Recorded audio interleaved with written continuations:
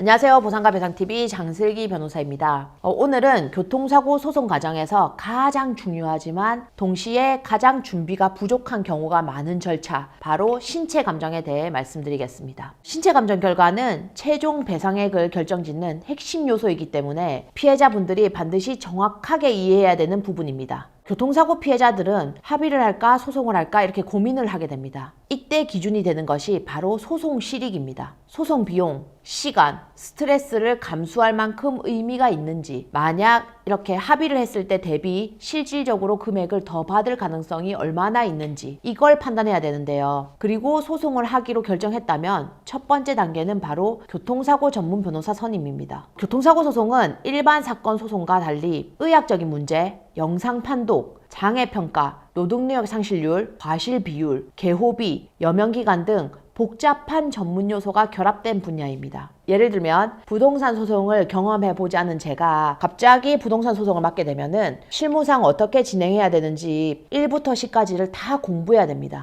교통사고 소송도 똑같습니다. 경험이 적은 변호사라면 어떻게 진행해야 하는지 그 기본 틀 자체를 모르는 경우가 많습니다. 따라서 교통사고 소송은 반드시 교통사고 전문 변호사에게 맡기셔야 되는 겁니다. 자, 두 번째는 신체 감정 준비입니다. 신체 감정은 단순한 절차가 아닙니다. 판결에 직접적인 영향을 미치는 핵심 단계입니다. 물론 판사님은 기존 판례의 태도나 의학적인 근거 등을 종합적으로 신체 감정 결과를 판단합니다. 그러나 신체 감정 결과가 좋지 않게 나오면 판결이 그 감정 내용을 반영할 수밖에 없습니다. 즉, 신체 감정이 잘 나오지 않으면 그 소송은 그 순간부터 기울기 시작한다, 이렇게 이해하시면 됩니다. 저희 사무실에는 대학병원 중환자실에서 근무했던 간호사이면서 손해사정사 자격증까지 가지고 있는 전문 송무팀장이 있습니다. 대학병원 간호사 출신이기 때문에 그 환자의 의무 기록을 기반으로 한 상태 파악은 물론 손해사정사로서 장애율 추정, 손해액 분석도 일반 사무직원과 비교할 수 없을 정도로 전문적입니다. 이 송무팀장은 보상가 배상에서 10년 이상 계속해서 같이 일해왔기 때문에 교통사고 소송 처리 과정에서 필요한 그런 의학적인 실무 처리는 그 누구보다 잘 알고 있습니다. 저희는 이 송무팀장이 정리한 의무 기록과 분석 자료를 토대로 변호사가 유불리를 따져서 신체 감정 신청을 준비합니다. 법원은 보통 대학병원급 의료기관에 감정을 의뢰합니다. 그 감정일이 잡히면 감정을 받아야 되는 당사자, 그리고 원고 변호사 측의 송무팀 직원, 피고 보험사 측의 사무직원, 이렇게 양측이 모두 참석한 가운데 신체 감정이 이루어집니다.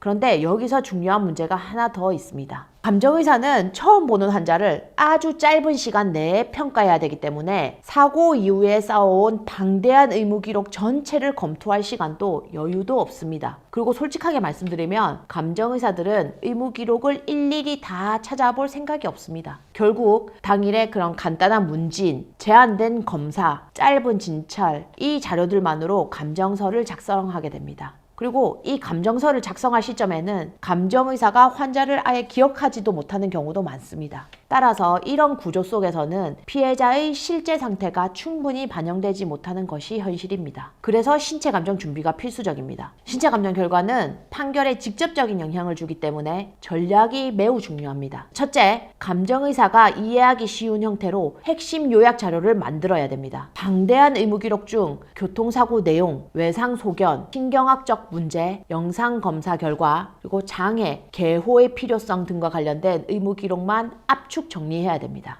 이는 감정의사의 판단에 결정적인 영향을 줍니다. 둘째, 감정 시 의사의 질문에 정확히 답변하도록 준비해야 됩니다. 감정 당일에 피해자가 자신의 증상을 일관되게 의학적이고 논리적으로 객관적인 자료에 근거해 설명할 수 있도록, 또는 같이 간 송무직원이 대신해서 그렇게 설명할 수 있도록 준비되어야 됩니다. 자, 셋째, 간호기록지나 간병자료 등 생활상에서 어떤 제약이 있는지 그 증거를 보여줘야 됩니다. 감정의사는 일상생활에서의 불편함을 직접 보지는 못합니다. 따라서 간병자료나 일상생활 불편 기록, 간호기록지와 같은 객관적 증거를 제시해야만 실제 상태가 감정서에 반영될 가능성이 높아집니다. 법원과 감정의사는 객관적인 근거를 기반으로 판단합니다. 따라서 피해자의 실제 상태를 가장 정확하게 보여줄 수 있는 자료를 간략하면서도 체계적으로 정리하는 것이 성공적인 신체 감정의 핵심입니다. 이번 내용이 교통사고로 어려움을 겪고 계신 분들에게 도움이 되길 바라며 현재 교통사고로 중상해를 입고 치료를 받고 계신 분들 중에 치료 과정이나 소송 시기, 간병인 고용 문제 등에 대해서 궁금한 점이 있으신 분들이 계시면 주저하지 마시고 저희 보상과 배상 홈페이지나 카카오톡, 네이버 카페 또는 상단의 전화번호로 문의 주시면 성심성의껏 도와드리도록 하겠습니다. 오늘 영상은 여기까지고요. 다음 영상에서는 더욱 유익한 주제로 찾아뵙겠습니다.